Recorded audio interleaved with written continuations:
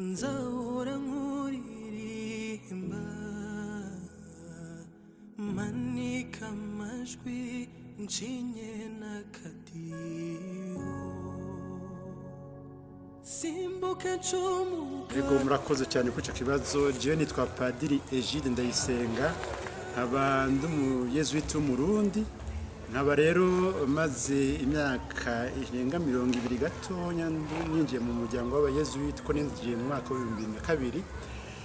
Hanyuma icyatumye menya abayezuwiti ni iki? Nuko nakunda gusengera ibyo bita Mouvement Marial, umuryango wa Bikira Mariya, hanyuma nkasengera no mu muryango w'umushaha wa Yezu. Aho muri iyo miryango yose nagenda sengeramwo abadukurikirana, abasaseredoti badukurikirana bari abayezuwiti. Nuko namenye abayezuwiti kuva kuri Padiri Barakana, Padiri Koma, Padiri Bonja, bo bose rero barankundishije umuryango w'abayezuwiti, ku buryo rero naciye nsaba kwinjiramwo.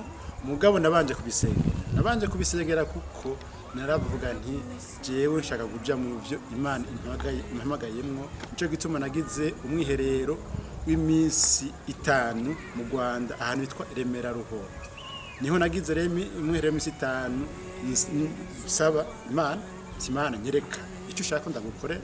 Hanyuma Imana nyereka, hama ndasaba ndinjira kwinjira mu muryango w'abayezuwiti. Rero cyankuruye cyankuruye nuko numvise umuhamagaro w'Imana, kandi nkumva yuko nshaka gukorera eklezia, nshaka gukorera n'umuryango w'abayezuwiti. Naho ntabwo bamenye neza, nagenda bumenya buhoro buhoro, mugabo niko byatanguye mu kwinjira mu muryango w'abayezuwiti. Kaba no munsi yarankuze imyaka irenga 20 gatonya mu muryango. Ni wowe buzima bwanjye, ni wowe mahoro yanjye.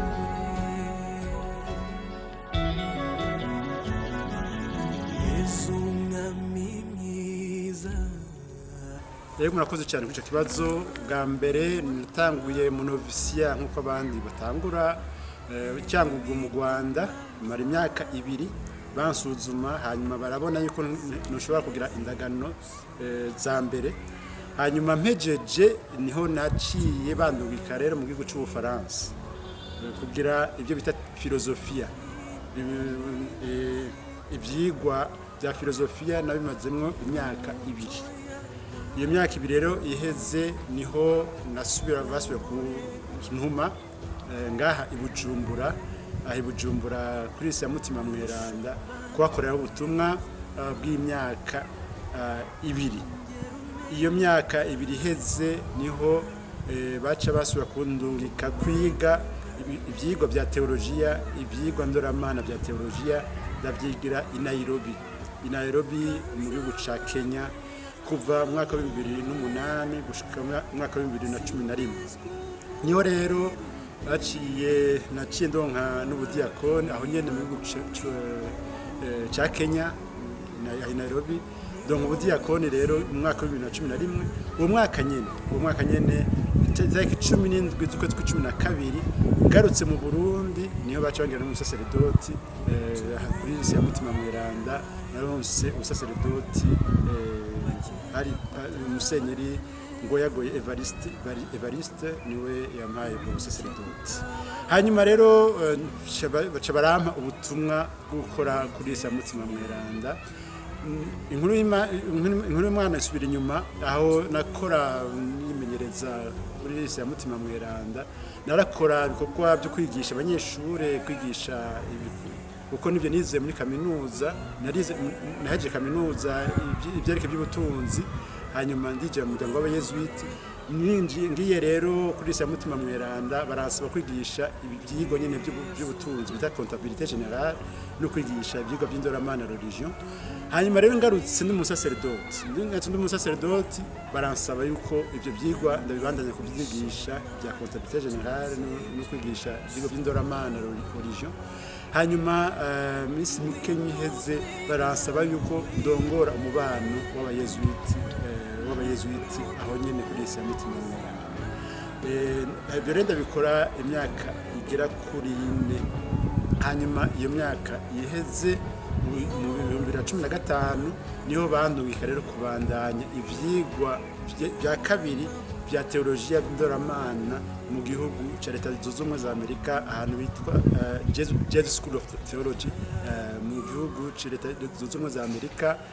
Ndabikora imyaka 2 ndonka urupapuro bita maîtrise cyangwa master cyangwa se mugabo bo hariya babyita STL.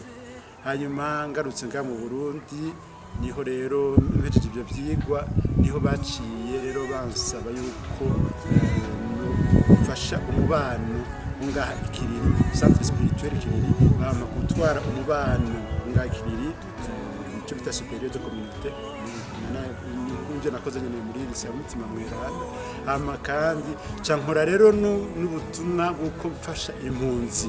Turafise ishirahamwe ry'abayezuiti rifasha impunzi ryitwa GRS. Aho rero nakoze ibikorwa sinzi ngene rubyita mu Kirundi byo gufasha mu tuntu tumwe two gusumira impunzi. Icyo gikorwa rero bacita logisticien, nabaye icyo bita logisticien national. Nuguba araba ibikenewe by'impunzi, hanyuma hakenewe gufasha neza umuryango cyangwa iryo shirahamwe rikeneye nk'iby'imituka, ibintu byose usanga bikenewe kugira ngo dufashe neza impunzi. Rero nkakarije n'ibyo naraba ndabikora rero kuva mu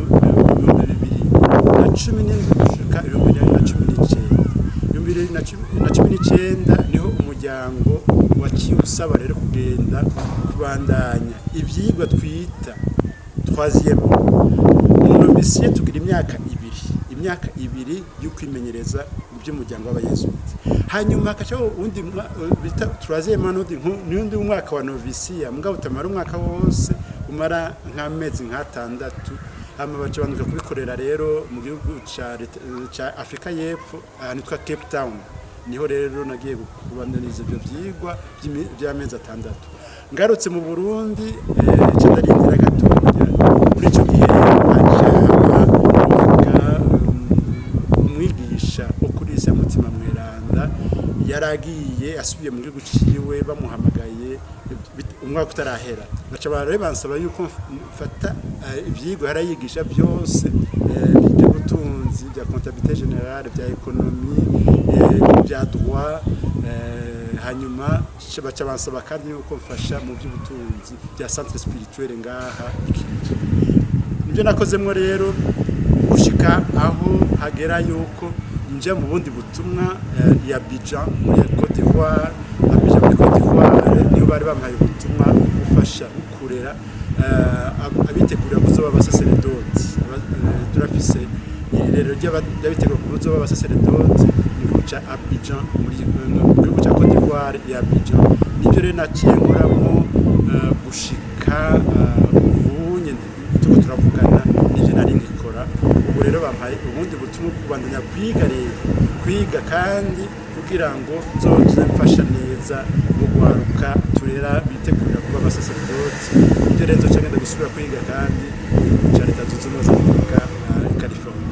Ibyo rero ni ibinjire tunitegurira tuzoca nkora nuko byagenze gushika naho rero bacu bampamagara n'umuryango bakampamagara kugira ngo ngire amasezerano ya nyuma, indagano za nyuma zerekana ko umuyezuiti yinjiye neza, yinjiye bwego umuryango butakigaruka. Umuryango waramwihweje imyaka iranga 20 none banyizeye kugira ngo nzigire indagano za nyuma nzogira itariki 2 z'ukwezi k'umunani.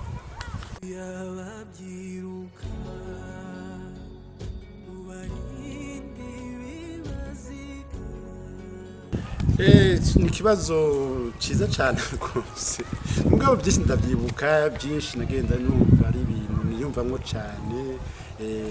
cyane rero yuko jewe ikintu cya mbere navuga nuko bwa mbere nkora ibyo abakuru banje bansabye nkabikora n'akanyamuneza nkumva ko ubutumwa ndonse bwa Yezu Kristo. Rero novuga muri iyi myaka novuga ya nyuma nkora mu muryango canke muri iyo shirahamwe ryo gufasha impunzi narumva cyane ko negereye Yezu gusura gufasha imbabare gufasha abantu bato bato narumva ko binyegereza Yezu gusura rero novuga rero yuko ariho naronse akanyamuneza kenshi gukora mfasha impunzi ifasha abantu bato bato gukumva yuko abo bantu ufasha nawe uri kurafasha Yezu yahebwe Yezu akenye Yezu yabaye impunzi nawe mu gihugu ca Misiri ibintu nk'ivyo umva ko neza ufasha abantu bato bato aho niho nakuye akanyamuneza kenshi cyane gose ufasha imbabare ufasha abantu mvuga abantu nikora b'impunzi tacu bafise kuko nawe wabyawe ego niyumvise neza cyane niyumvise meze neza gose kubera numva yuko ubwa mbere abayezuiti umuryango w'abayezuiti wanyizeye yuko bavuze bati uruwacu nicyo kintu cya mbere umuntu aza kuraba akavuga ati umuryango w'abayezuiti baransuzumye imyaka 20 yose baravuga ati uno munsi turemeje ko uruwacu nejo n'abandi bazobivuge bati uruwacu turakwemeje neza yuko ubikwiye ko witwa umuyezuiti Kansisa witwa umuyezuiti twasuzumwe tubona ko ubikwiye ko ubandanya mu muryango wacu tukadugutuma n'ibindi tuzogutuma rero nakanyamuneza kenshi banakwize umuntu wese bamwizeye ukumva yuko bagusuzumye bakavuga bati urabikwiye ntawe bitoneze rero byararyoheye cyane none ndumva yuko n'ibiro by'uberekanye kugira ngo uzokore cyane